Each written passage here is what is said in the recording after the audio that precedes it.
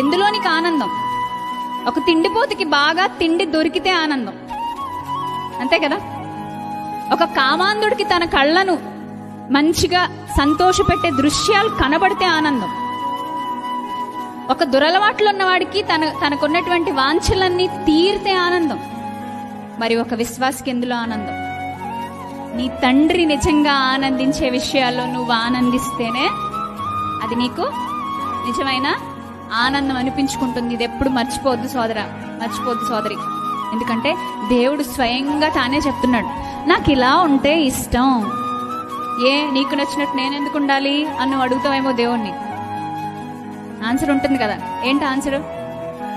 ఎందుకంటే నీది అని నువ్వు అనుకునేది ఏది నీది కాదు, నేను నీకు ఇస్తేనే అది నీదైంది. కాబట్టి నీ మీద సంపూర్ణమైన అధికారం నాకుంది కాబట్టి